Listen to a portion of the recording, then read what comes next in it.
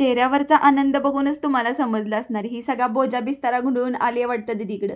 आजचं सगळ्यात मोठं टार्गेट होतं साडी नेसायचं आणि ती काय फक्त 10 मिनिटाचं काम होतं. येताना सगळा बोजा बिस्तारा गुंडळून आणलेला. इथं आल्यावरती पहिलं साडीची पिनअप करून घेतली कारण ती सगळ्यात महत्वाची आहे आणि मला त्याला जास्त वेळ लागतो. साडी नेसायच्या आधी जर मी पिनअप केली ना तर मला 5 मिनिटं पण लागत नाहीत साडी नेसायला. साडी नेसायला मी दीदी आणि मम्मीकडून शिकली, पण ही जी पिनअप करायची आयडिया आहे ना ती आमच्या पार्लरच्या वंदना आंटींकडून शिकली. त्यांनी माझ्या लग्नात पटापट सगळ्या साड्यांच्या आधीच पिनअप करून ठेवलं होतं, त्याच्यामुळे एवढे छान छान लुक मला करता आले.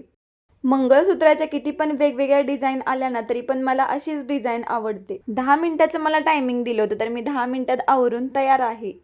इकडं दीदीची गडबड चाललेली जेवण करायची. तिनं पहिलंच पनीरची भाजी आणि भात करून घेतलेला आणि म्हणली तुम्ही आल्यानंतर मी गरम गरम चपात्या बनवते. आणि इकडं भावांना फोनचं सगळ्या चार्जिंग संपवायचं टार्गेट दिलं. 80त 5 घालून दीदीनं पण पटकन आवरून घेतलं. जिजूंच्या छोट्या बहिणाबाई आशुताई सुद्धा इकडे रक्षाबंधनसाठी आल्या होत्या. सर्व उपस्थित मान्यवरांच्या सहमतीनं आम्ही राखीचा कार्यक्रम सुरू केला. यावर्षी राखीचा कार्यक्रम कॅन्सल होणार होता, मग भावानेच पुण्याला यायचा निर्णय घेतला आणि सगळा प्लॅन चेंज करून टाकला. चला तर मग गडबड गोंधळ न करता मी पटकन राखी बांधून घेते. राखीच्या गिफ्ट पेक्षा सगळ्यात महत्वाचा हा क्षण असतो. गपचूप का होईना पण याचा एक प्रूफ माझ्याकडे आला. पहिली राखी दीदी बांधते, मग मी बांधते आणि मग आमच्या मागे एक आणखीन बारकूस आमचं आहे अक्षी, ती बांधती. ती सध्या इथं उपस्थित नसल्यामुळे दीदीनं तिची कमी पुरी केलेली आहे. लहानपणी राखीचं महत्व काही एवढं समजत नव्हतं, पण आता जेव्हा आम्ही वेगवेगळं सगळी झालो ना तेव्हा या राखीचं महत्व समजायला लागलं. आणि ही माझी बहीण पण आहे आणि ननंद पण आहे आणि या सगळ्याच्या मध्ये माझा खूप जाच होतो.